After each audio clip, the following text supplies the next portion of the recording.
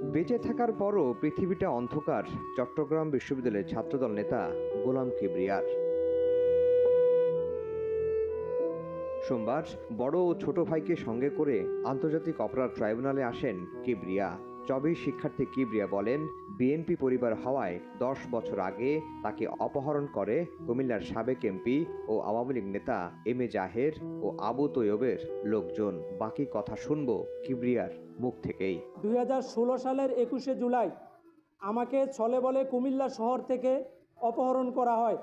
M A জাহের এবং আবু তৈয়ব ওপির এর গংদের নেতৃত্বে আমাকে কুমিল্লা শহর রেল স্টেশন এলাকা থেকে অপহরণ করে ওপির পশ্চিম বাগিচাগাঁও কুমিল্লা শহরে ওই বাসায় নিয়ে নির্যাতন করে। এর পরবর্তী সময় আমাকে গ্রামের দিকে এম এ জাহের এমপি তার বাসায় নিয়ে যায়।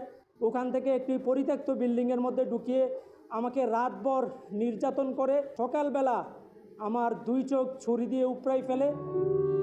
কিবরিয়া জানেন তার চোখ আর ফিরবে না, কিন্তু জড়িতদের শাস্তি হলে ন্যায়ের আলোয় উদ্ভাসিত হবে চারিদিক। আপনারা চাইলে আমার দৃষ্টিশক্তিকে ফিরিয়ে দিতে পারবেন না, কিন্তু আপনারা চাইলে আমার এই চোখ উপড়ে ফেলার ঘটনার সাথে যারা জড়িত তাদেরকে বিচারের কাঠগড়ায় দাঁড় করাতে পারবেন এবং সুষ্ঠু বিচারের মাধ্যমে তাদেরকে এমন শাস্তি প্রদান করবেন।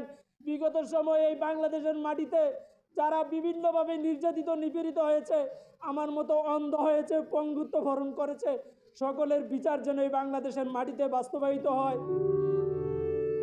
কিবরিয়ার অভিযোগ গ্রহণ করে গুরুত্ব দিয়ে তদন্ত করার কথা জানিয়েছেন প্রসিকিউশন।